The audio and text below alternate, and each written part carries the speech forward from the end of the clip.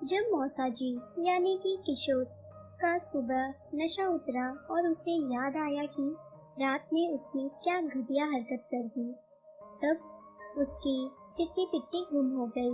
उसे पूरी घटना तो याद भी नहीं थी, फिर भी इतना जरूर याद था कि उसने रात में आखिर क्या किया है। नशे की आड़ में उसने अपने गलत इरादों को अंजाम दे दिया, लेकिन अब उसे खौफ इस बात का था कि वो सभी का सामना कैसे करेगा। उसकी तो हिम्मत ही नहीं हो रही थी कि वो उठकर बाहर जाए और सबसे बातें करे और अपनी शक्ल परिवार वालों को दिखाए।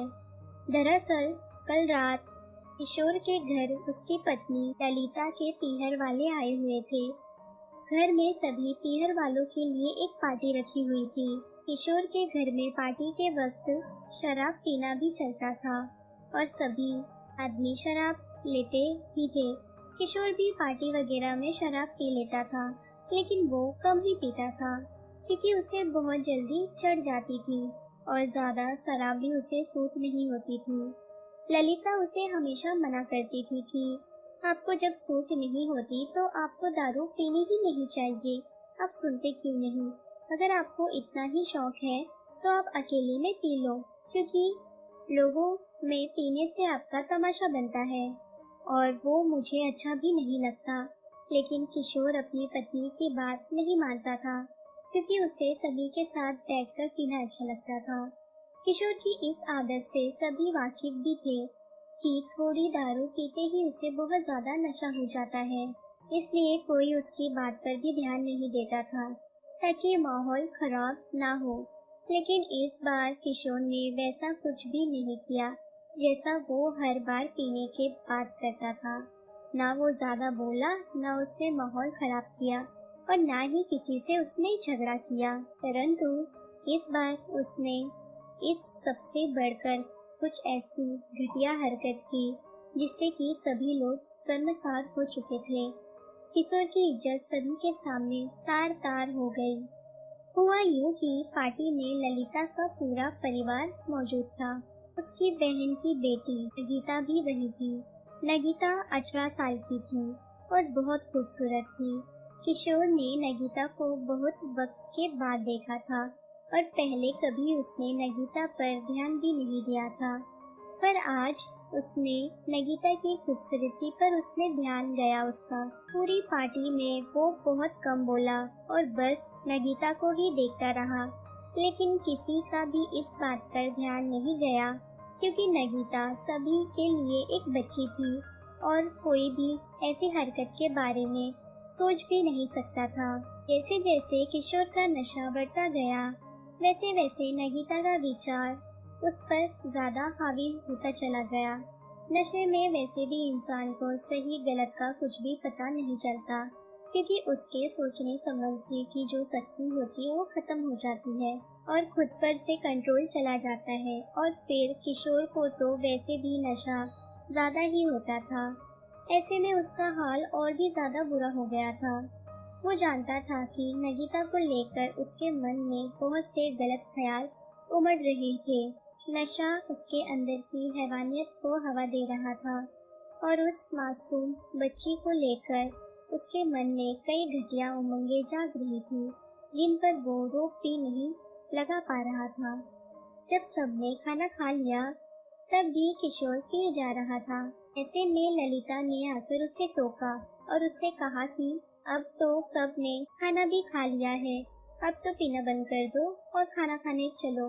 लेकिन किशोर ललिता पर चिढ़ गया और उसे कहा कि तुम जाओ, जाकर सो जाओ, ये चिंता मत करो। ललिता को भी गुस्सा आ गया और वो वहां से चली गई। किशोर इसी इंतजार में था कि कब ललिता और सभी परिवार वाले गहरी नींद में सो जाए।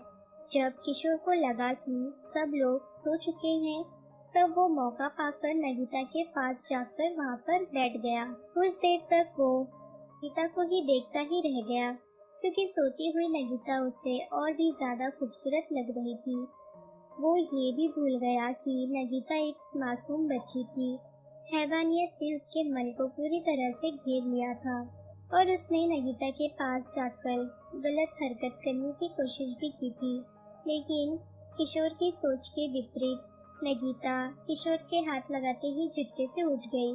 नगीता को आभास हो चुका था कि उसके मौसा जी ने उसे गलत तरीके से छुआ है। वो इस हरकत से बुरी तरह से घबरा गई और किशोर को अपने इतना करीब देखकर नगीता ने उसे धक्का दे दिया और चिल्ला उठी कि मौसा जी ये क्या किया।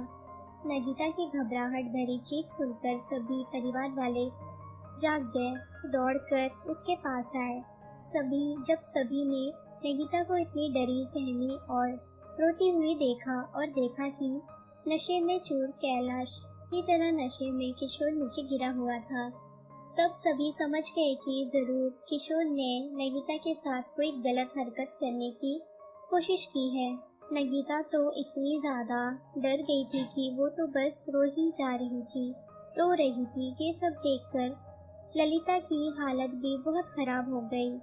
वो अपने ही परिवार वालों से नजरें मिलाने लायक नहीं रही और फूट फूट कर रोने लगी, क्योंकि उसे भी अपने पति से ऐसी हरकत की कोई उम्मीद नहीं थी। किशोर तो इतना धुत था कि वो जाकर चुपचाप अपने कमरे में जाकर सो गया, लेकिन बाकी सभी परिवार वालों को रात भर नींद नहीं आई और सब बस इस बात का इंतजार कर रहे थे कि कब सुबह हो और वो लोग किशोर से बात करें। सभी को इस बात की थोड़ी तसल्ली थी कि नगीता एक सेकंड में ही उठ गई और उसे पता चल गया, इसलिए किशोर कोई घटिया हरकत नहीं कर पाया, वरना तो आज ना जाने क्या होता।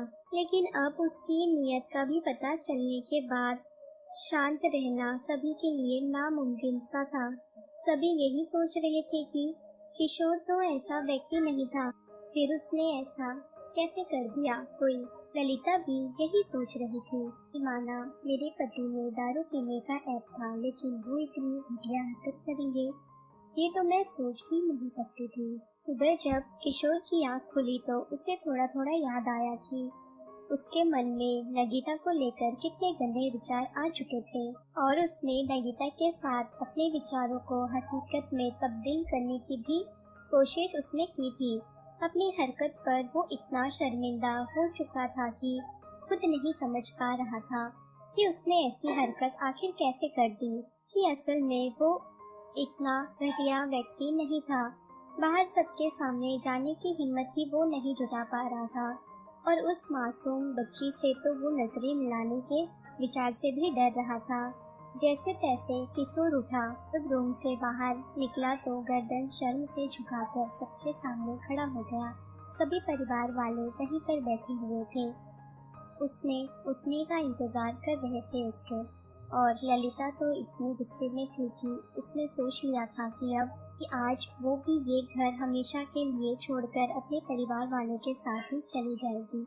लेकिन कोई कुछ कहता उससे पहले ही किशोर बोल गया कि मैं आप सभी का गुनहगार हूँ और आप सभी से हाथ जोड़कर मैं माफी मांगता हूँ कि इस घटिया हरकत के लिए मेरा ऐसा कोई भी इरादा नहीं था, लेकिन नशे में मैं सही और गलत ही भूल गया और इस मासूम सी बच्ची के लिए मन में इतने गंदे विचार आ गए थे जिस पर मैं रोक भी नहीं लगा पाया। सबसे बड़ा गुनहगार मैं दो लोगों का हूँ, एक तो मेरी पत्नी ललिता और दूसरी नगीता। मैंने नगीता के बारे में कभी कुछ गलत नहीं सोचा था, लेकिन कल नशे में मेरी मति भ्रष्ट हो गई थी और मुझसे ये घटिया हरकत हो गई। ये मेरे जीवन की पहली और आखिरी गलती थी। आप सभी से माफी मांगता हूँ, इसके बाद मैं ऐसा कभी नहीं होगा। शुक्र है भगवान का कि वो उठ गई और उसने मुझे धक्का दे दिया, वरना मैं अपने आप को कभी भी माफ नहीं कर पाता। मैं आज आप सभी के सामने ये वादा करता हूँ कि जीवन में मैं कभी भी शराब नहीं पीऊंगा, क्योंकि पीने की वजह से ही ये सब हुआ है। बाकी मैं ऐसी ऊंची हरकत कभी नहीं करता। हो सके तो आप लोग मुझे माफ कर दो। किशोर के चेहरे पर पश्चाताप साफ साफ झलक रहा था, इसलिए ललिता के परिवार वाले भी ज्यादा उससे कुछ बोल न सके। सभी ने ललिता को समझाया कि एक मौका तो दे ही सकते हैं, क्योंकि कोई भी हादसा होने से बच गया। अब अगर ये दारू पिएगा ही नहीं तो ऐसा कुछ भी होगा ही नहीं, क्योंकि कहीं ना कहीं तुम भी जानती हो कि ये इंसान इतना घटिया नहीं है। और ललिता को समझाकर उसके पीहर वाले वहाँ से चले गए। अब ललिता भी ज्यादा क्या बोलती, दुख तो उसे भी बहुत हो रहा था अपने पति की इस हरकत पर, लेकिन वो करती भी तो क्या। एक औरत यही आकर मजबूर हो जाती है, क्योंकि चाहती तो वो यही है कि ऐसे पति के साथ वो एक मिनट भी ना रहे, पर इस तरह रिश्ते तोड़कर जा भी तो नहीं पाती और मन मरोस कर रह जाती है, जैसा कि लक्ष्मी ने भी किया। चोर की खातिर पिता ने उसे माफ कर दिया। वो उसके साथ ही रहने का निश्चय कर ली चुकी थी। तो पीहर वालों ने उसे बहुत समझाया कि बेटी ने एक बार किशोर को मौका देना चाहिए। तो उसके घर वाले वापस चले गए। चोर ने ललिता से भी माफी मांगी। तो दोस्तों, ये थी हमारी आज की कहानी। अगर आपको हमारी ये कहानी पसंद आई हो तो कहानी को लाइक और शेयर करना ना भूलें दोस्तों, अगर अभी भी आपने चैनल को सब्सक्राइब नहीं किया है तो पहले आप जल्दी से